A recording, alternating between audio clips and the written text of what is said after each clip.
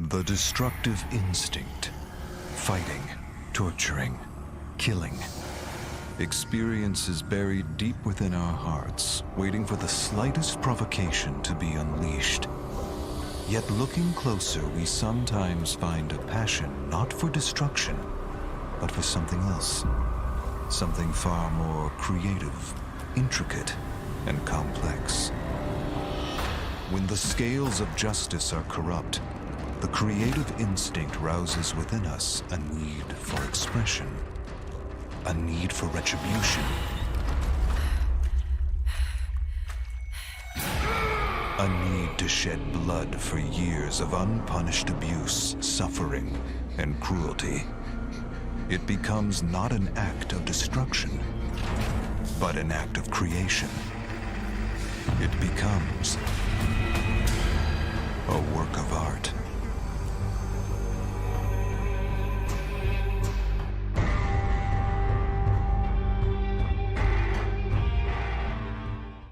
Arcus, 7525. It's hard to say what came over me, and I can hardly recollect the last few hours, perhaps even days. I awoke with several empty whiskey bottles and dead bodies sprawled across the roof.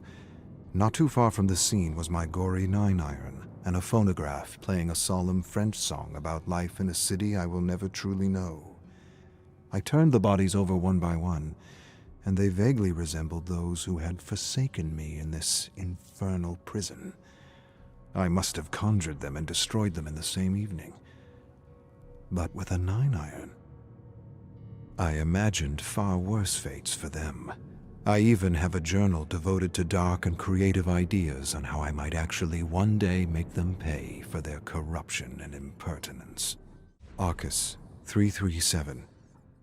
At first glance, the endless bloodshed seems to be an act to satisfy some destructive instinct within the entity. This seems to me a reductionist distortion of something more sophisticated, something more intricate, something even sacred.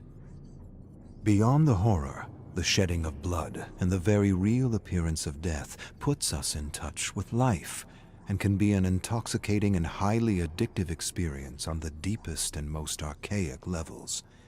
When our blood or our life force is offered to the entity, it can be seen as a gift that is soon returned to us so that the horror may continue again and again. The world constantly churns with life and death and life, the circulation of blood through an old one from heart to body to kidney, back to the heart again to be purified and begin anew. Arcus, 1007. A new doorway has opened. For how long? I'm not sure, nor have I ever been right, even with my best guesses. Through the door of my study and into a lost and forgotten realm, moss-grown, stone homes, with doorways barricaded with wagons, planks of wood, and decaying corpses tangled in barbed wire. I walk by the homes, gazing at the residual memories of soldiers killing villagers with swords for no other reason than the thrill of it. I can't make out which era or terror world this realm is from. I search the realm for hints of how one may open an actual doorway back home. Somewhere in these memories and forgotten realms is the answer to my salvation. But which ones? Which ones indeed? Arcus, 2217. I have uncovered to my amazement and bewilderment memories of Claudette that are unlike any of those I've previously experienced. One might even say they should not belong to her, and yet they are hers. I surmise these memories may belong to another Claudette from another terror world, suggesting that this old one may have clear preferences at the cosmic buffet for certain souls. It will take more samples of these memories to know if they are in fact from another Claudette, or if, and it is possible, I am having troubles deciphering between her actual memories and her creative musings. Arcus, 8557. I tremble as I scribble this down. Squid-like creatures difficult to describe attempt to penetrate my tower, trying to destroy my study and tools to explore and manifest. I held them off for as long as I could. Then, taking the Orus and other valuables, I rushed through a doorway and hid in a lost realm. When I returned, the tower was upside down. My study completely ransacked. The creatures lay dead on the floor with black putrid blood leaking out of them, and the smell of decaying fish was everywhere. What are these creatures, and who is sending them if not this brutish monster of an old one? I spent hours cursing and throwing these fetid carcasses out my window and back into the abyss. Arcus, 5738. An odd impulse caused me to climb to the roof and light a single candle in the pitch blackness of it all. When the candle extinguished, I thrust myself off the roof and plunged to my certain death, but somehow ended up back in bed as though I was waking up from a nightmare. I don't know what I was thinking, but what it has shown me is this: death is not an option. Arcus, 1275.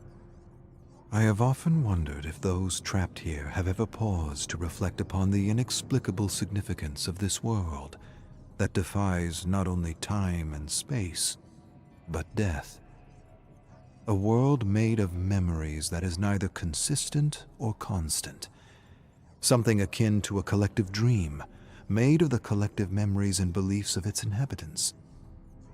Sometimes I wonder if not all worlds were like this in some respect, and that reality is what we in fact dream it to be, or believe it to be. Arcus, 8545. I was woken mid-slumber by a delirium of shrieks and destruction, so that I rushed to the closet window to see only the endless black fog swirling outside. Things in the fog were coming to life and dying simultaneously, as though the entity were sick or in some kind of shock. Creatures roared and fought and tore each other apart somewhere in the raging abyss, and it was both entertaining and unsettling. I grabbed a 9-iron and held it at the ready, waiting for some apparition to attack me, but within moments it was all over, and I couldn't sleep. So I took the edge off with a little whiskey and gulp on the roof, the whole while cursing this blasted old one, and hoping that what I had just experienced was nothing more than cosmic indigestion. Arcus, 8789. There are dead bodies in my study, and I have no recollection of the last few days. The bodies have been flayed from head to toe, and the faces have been beaten to an unrecognizable pulp. I dragged them to the window and thrust them out into the abyss, wondering who they were and why were they in my tower. Did I manifest them? Did I create them for company? Or did they come from somewhere else? Had I been the one who butchered them? Had I lost myself so deeply in a memory that I became someone else for a short time? Perhaps they are not my creations, but apparitions from the fog sent by the entity, like the creatures I hear lurking about in the fog now and then. Arcus, 5798. Incidents don't make sense anymore. Nothing does. Everything is a chaotic blur of unreal apparitions and jumbled memories. I can barely recognize my own thoughts or distinguish my memories from those I've been studying. Last night, I relived the most horrific murders in my collection with a strange kind of pleasure. When I had had enough, I looked in the mirror and did not see myself, but dozens of faces morphing in and out of each other, every possible face except my own. I thrust my fist into the mirror, and my hand split and blood was everywhere. What cruel fate has befallen me that I should lose myself in the darkness while trying to escape its deadly grasp? The Orus will either be my salvation or my downfall.